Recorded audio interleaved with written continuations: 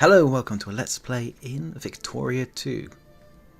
This is episode 0. As always, this is Denseus. So, last time we played, it's over here as Japan. We modernised it, took on powers, colonised, expanded, conquered, even took part of Africa towards the end. In fact, this here is the old save, the last autosave. See, we spread down here, took bits over here, took back that. Japanese USA. Here was ours. All these islands were ours. And then Japanese Africa. So, another game. Another campaign. But not as Japan. No. Here, this time, we're going over to this part of the world. And we're going to be playing as the United States. See what I did there? And the plan, objective, the scheme is... I'd quite like to take the Russians out of North America, take over Canada, perhaps, acquire Mexico, perhaps focus entirely on like acquiring North America. It's tough and probably won't work, but I'll do my damnedest to try.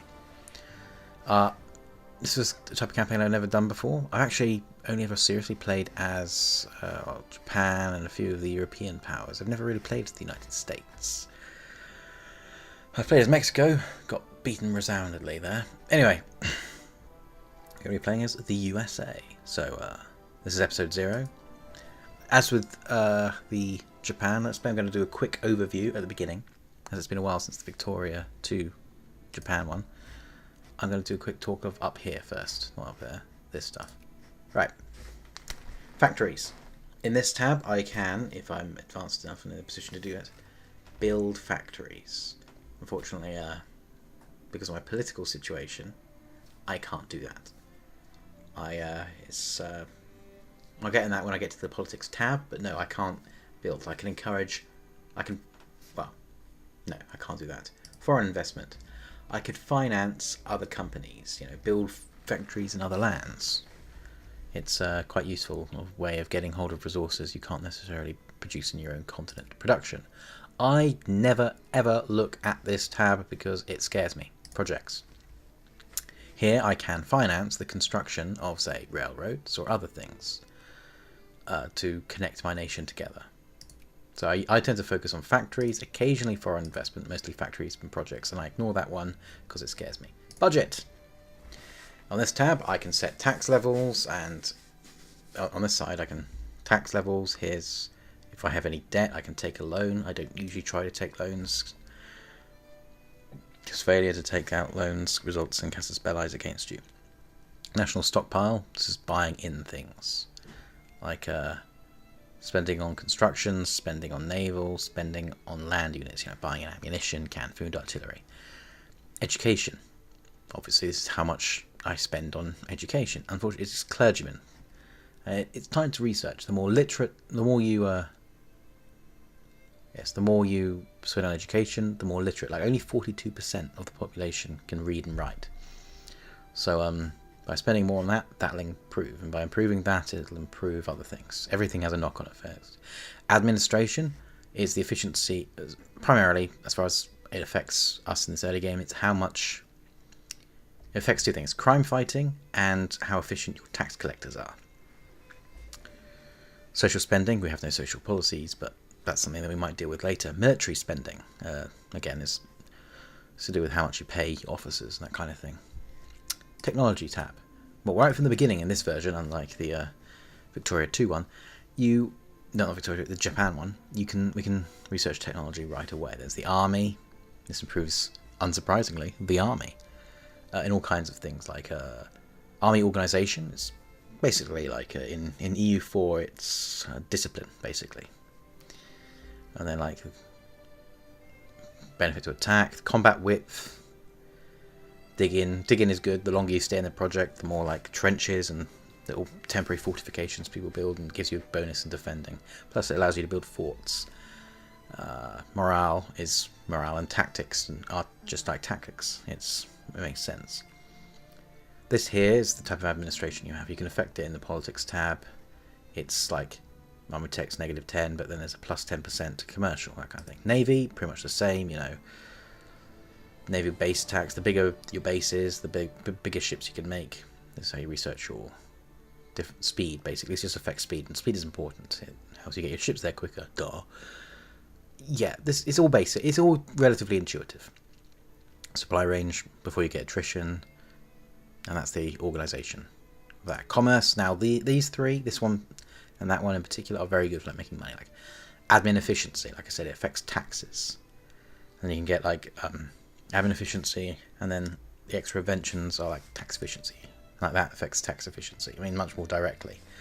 I might have said some stuff wrong there. Admin might not affect taxes so directly as I thought. Anyway, factory input, pretty obvious. And oh yes, I forgot to say. Let's say this one. This is what you get, the admin efficiency. But then you get these two here, which are potential inventions from having that technology. Like double standard. Base chance of 2%. If I had consciousness of 3, I'd get an additional 3% chance of getting it. But, no.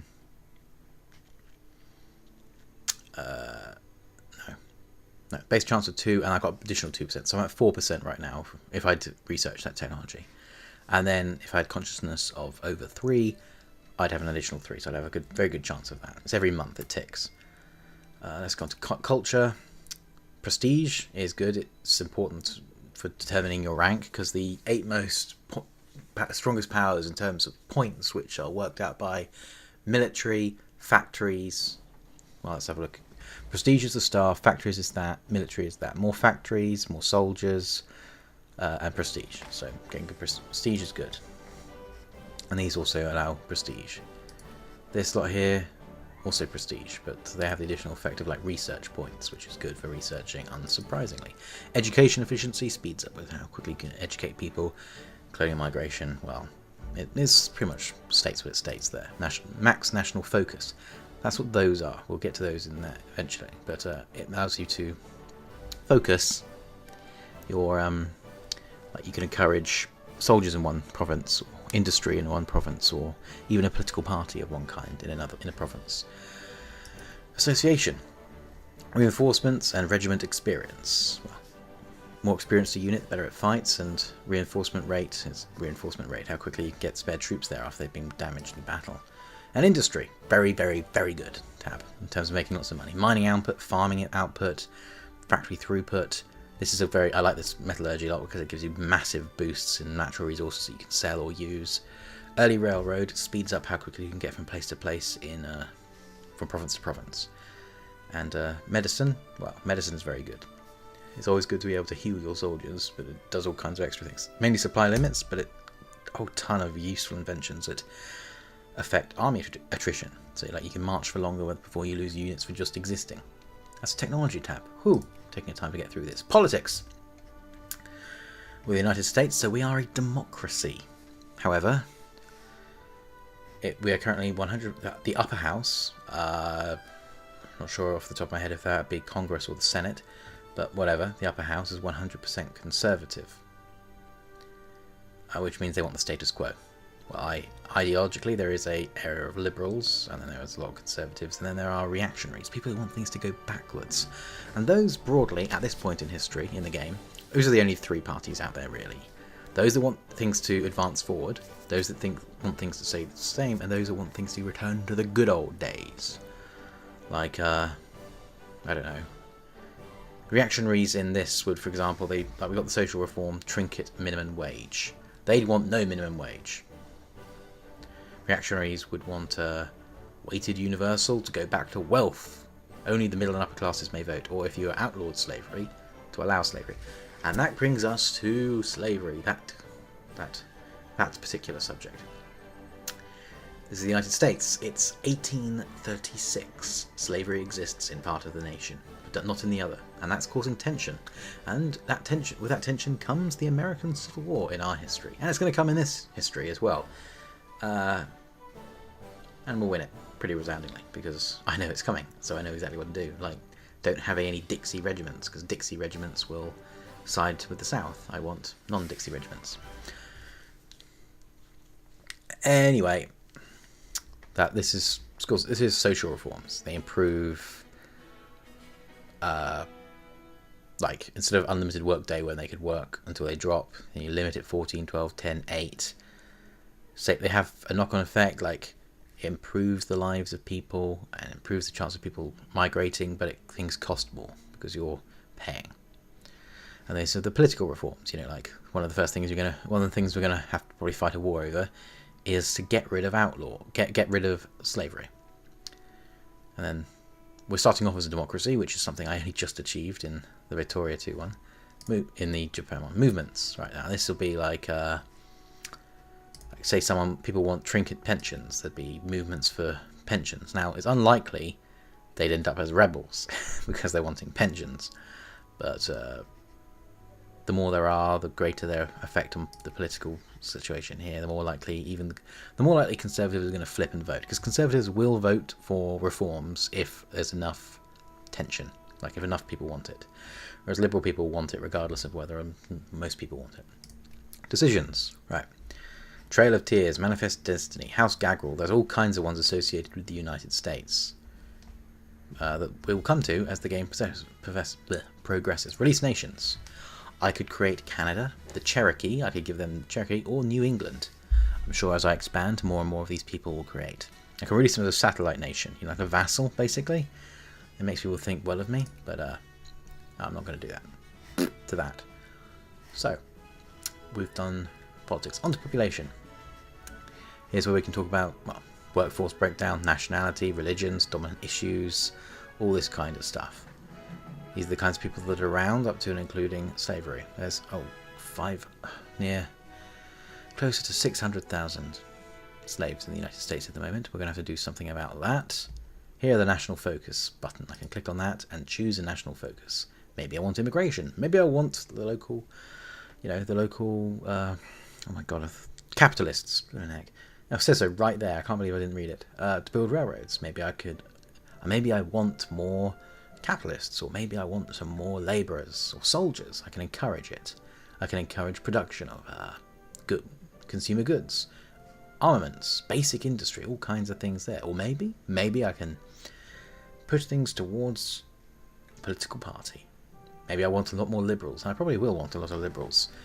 And I think I should clarify, as I often do in these videos, that liberal, conservative and reactionary are the technical terms for the things, rather than, for example, the buzzwords. Like, the example is the United States. In some political circles in the United States, the word liberal is said almost like liberal, and it's associated with negative connotations, whereas liberal just means they want change.